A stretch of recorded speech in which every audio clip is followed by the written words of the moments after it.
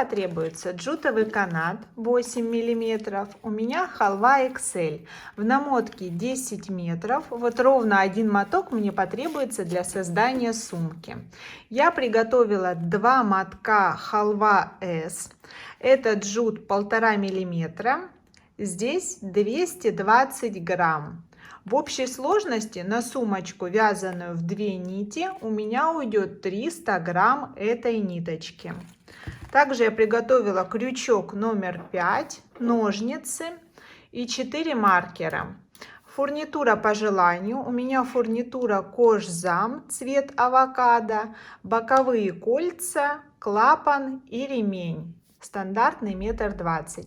Все необходимые ссылки на интересные для вас видео, на работы из джута, а также на производителя данной пряжи и фурнитуры я оставляю для вас под этим видео в инфобоксе. Можете пользоваться моей скидкой. Там также ее прикреплю. Приступим к вязанию. Ткань джутовой пряжи я установила с помощью деревянных шпажек свою клубочницу из джута. На нее оставляю ссылку для вас сейчас здесь.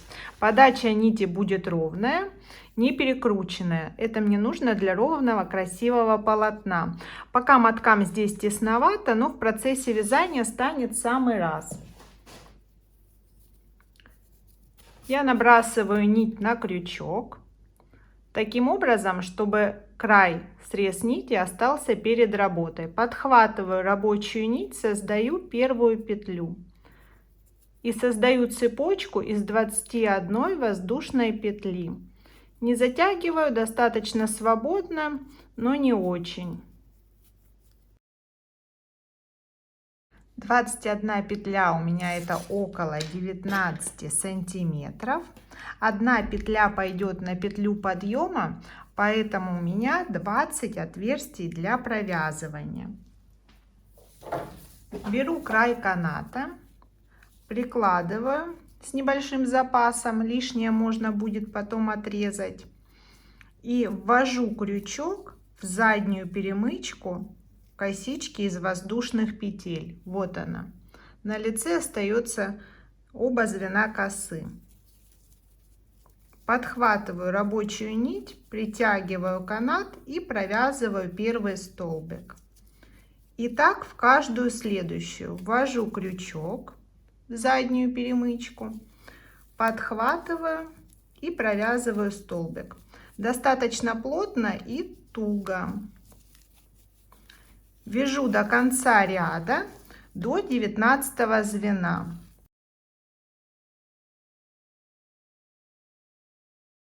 Я провязала 18 столбиков. У меня осталось 2 петельки, 19 и 20 для провязывания.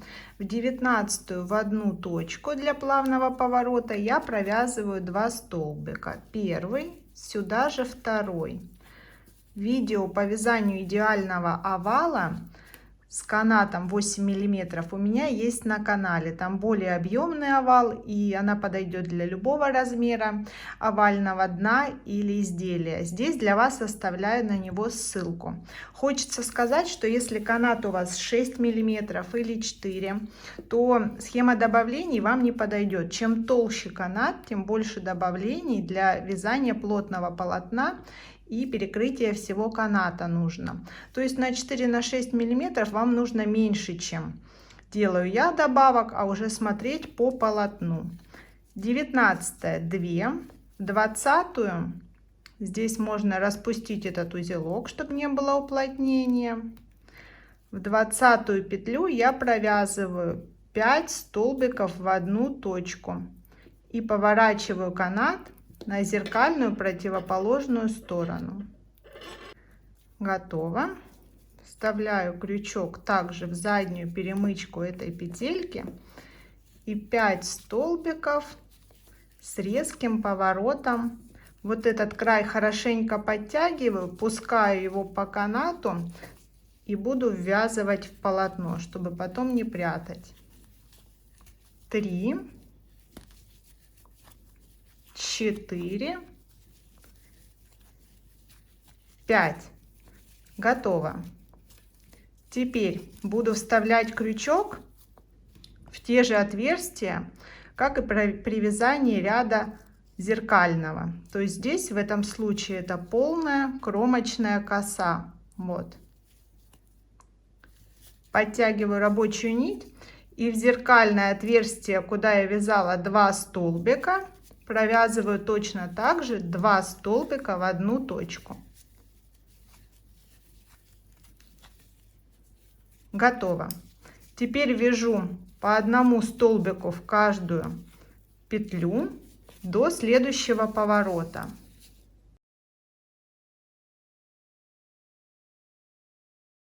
Провязываю столбик за столбиком, и здесь первая петля прошлого ряда, ввожу туда крючок и провязываю 2 столбика в одну точку для плавного перехода на новый ряд. Готово. Теперь здесь удобно мне зацепиться за петлю подъема, та, которая была в прошлом ряду, и провязать здесь в одну точку 5 столбиков. Второй.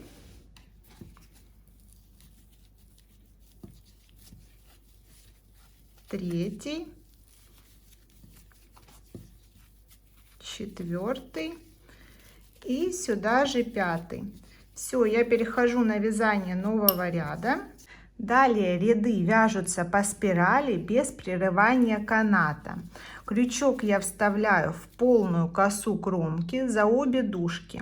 У меня на канале есть видео по вязанию 3 узоров при обвязке каната шпагатом. Выбираете любой. Здесь для вас оставляю ссылку на это видео.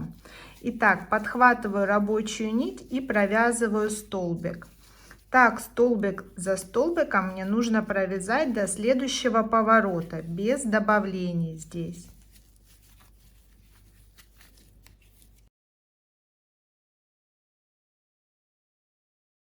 В повороте мне нужно сделать 5 добавлений. 5 с одной стороны буду делать, 5 с другой. Получается, с этого ряда по 10 добавлений в круг. Итак, я ищу 5 центральных петель для провязывания. 1, 2, 3, 4 и 5 более-менее отцентрованы. Значит, в следующую я вяжу еще 1 столбик, а в следующие 5 подряд по 2 в каждую. Таким образом, из 5 на повороте я получаю 10 петель. Вот первая двойная, вторая, сюда же еще одну, и так 5, поворачивая на другую сторону моего овала. 3, 4, 2 столбика в одну точку. И последняя 5.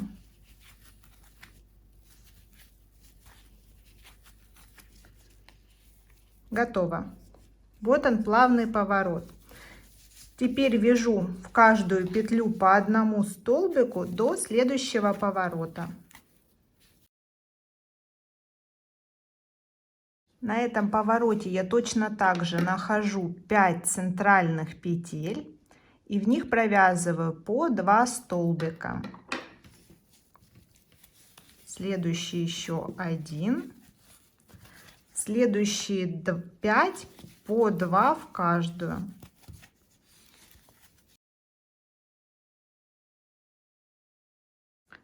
Готовы 5 двойных петель. Продолжаю вязать ровный ряд без добавлений до следующего поворота.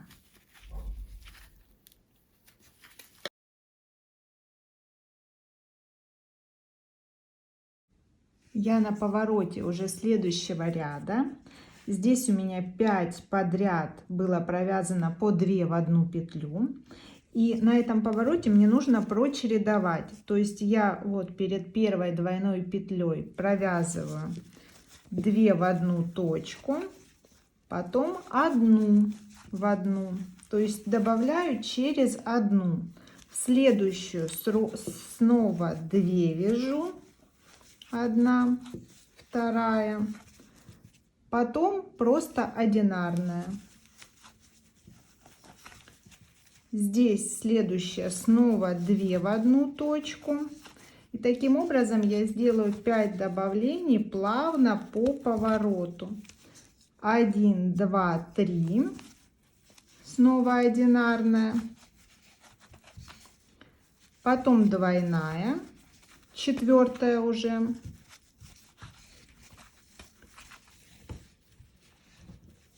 Снова одинарная. И последняя 5 двойная.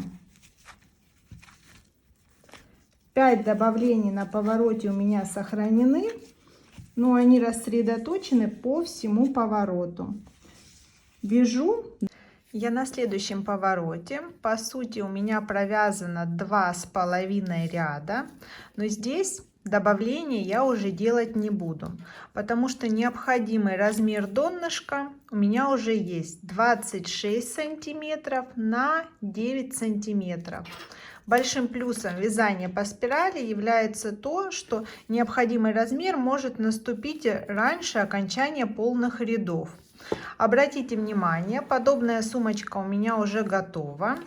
Не вяжите слишком широкое дно, иначе к возведению стенок сумка начнет иметь трапециевидную форму за счет того, что здесь стенки складываются практически друг к другу. Чтобы не было искажения формы этой модели, дно должно быть не шире 8-9 сантиметров, как у меня. Итак, а я продолжаю вязать уже без каких-либо добавлений. Один столбик в одну петлю. Здесь на первом повороте будет немножко сложнее.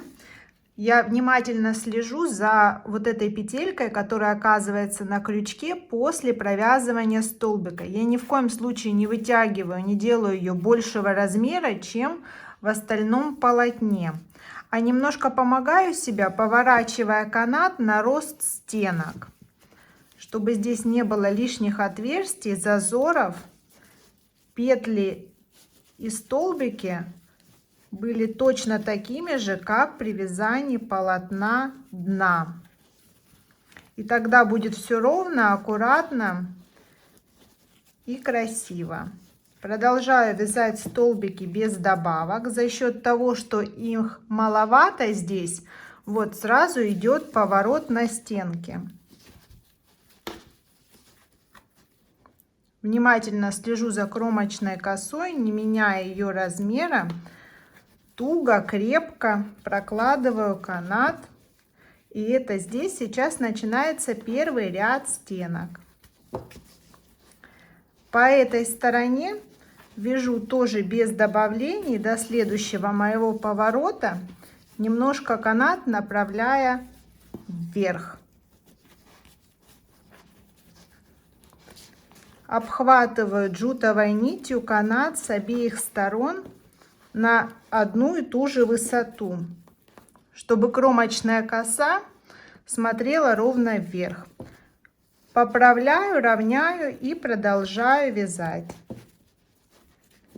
Вот такое уже ребро по дну у меня образовалось.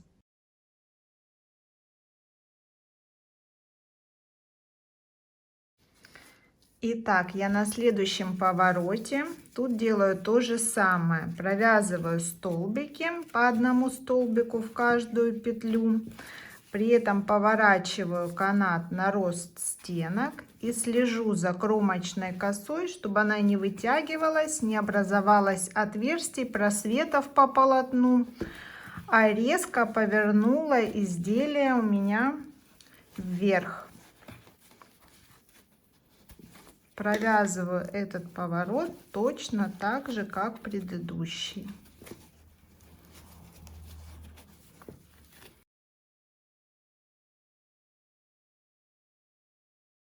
Я провязала один полный ряд без добавлений. На этом повороте в прошлом ряду я перестала делать добавления. Вот он, первый ряд. Сюда сейчас ставлю маркер для удобства. Ориентируясь на этот маркер, я буду планировать ручки изделия. И сейчас нужно проверить количество столбиков в кругу. Их количество больше меняться не будет.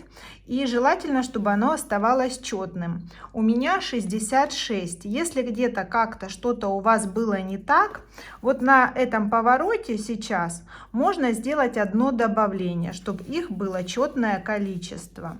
Вот мое донышко. Достаточно резкий бортик имеет оно. И сейчас я буду продолжать вязать ряд за рядом на необходимую высоту до момента планирования ручек.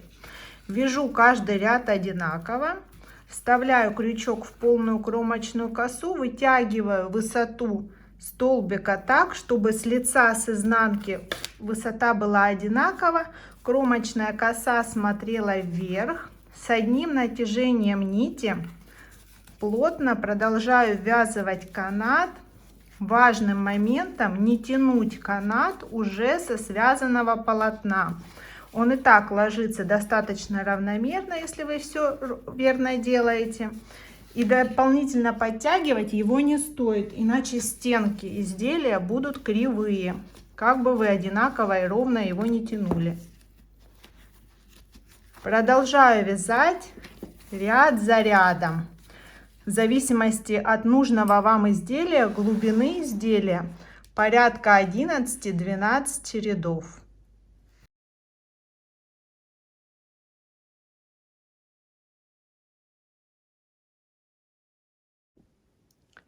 Я провязала до окончания логического начала ряда очередного. У меня вместе с маркированным 11 рядов. Это примерно 17 сантиметров. Итак, если вы сейчас при планировании ручки хотите пропустить ручку с 2 рядами каната, как у меня здесь, то уже достаточно сейчас планируем ручку. Если у вас будет 1 ряд каната, то для получения той же самой глубины можно провязать еще 1 ряд до планирования ручки.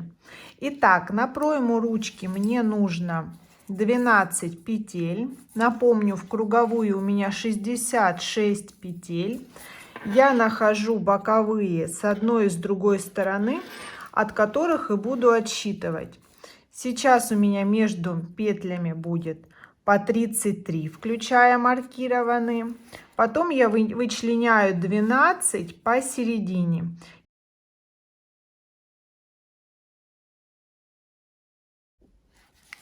Я нашла логические центры по бокам, относительно них определила по центру изделия ручку.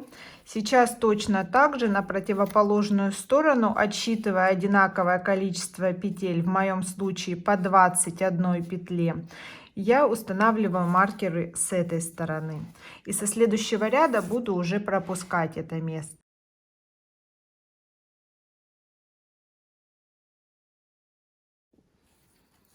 Здесь при вывязывании ручки мне нужно выпустить канат следующим образом. Меньше, больше на ваше усмотрение. 12 петель маркировано 1 и 12, поэтому уже сейчас я начинаю обвязывать просто канат столбиками, накидывая рабочую нить с одной и с другой стороны. Так как пропущено у меня 12 петель, для гармоничного выпуска ручки я для себя определила порядка 18-20 петель обвязки мне здесь нужно пройти. Я думаю, что 18 будет достаточно. И по количеству петель, и в сантиметрах я вас сориентирую. 18 петель вокруг каната. Я замеряю в сантиметрах, это 14,5 сантиметров. Точно такой же я должна буду сделать и другую ручку. И привязываюсь обратно в полотно. Продолжаю обвязку по полотну до маркеров на противоположной ручке, где делаю то же самое.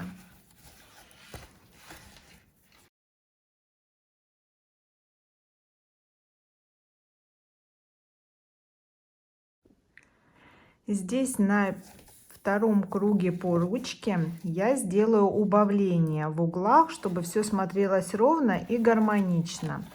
Следующим образом подхожу к петлям. Одна из петель еще относится к полотну, следующая уже идет по обвязке ручки.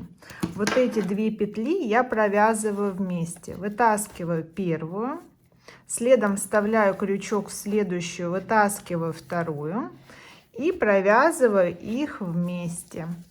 Вот так. Продолжаю вязать по ручке, точно так же, как и по общему полотну, вставляю крючок в полную кромку косы в обе дужки. Подхожу к этому краю, тут то же самое, провязываю 2 вместе, точно так же на противоположной стороне. Продолжаю еще ряд.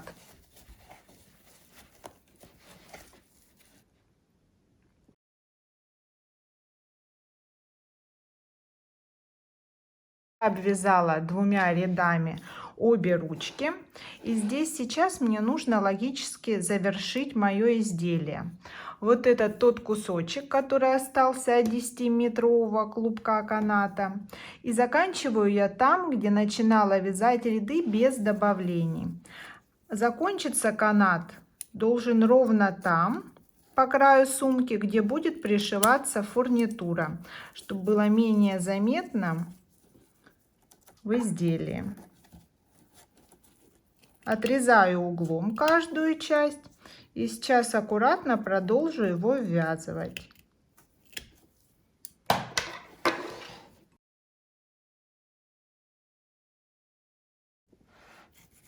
Канат закончился. Я делаю еще один столбик без каната и перехожу на обвязку соединительными стежками. Просто ввожу крючок в кромочную косу и протягиваю в петлю на крючке. Прохожусь по всему изделию. Это придаст завершенности и аккуратности краю.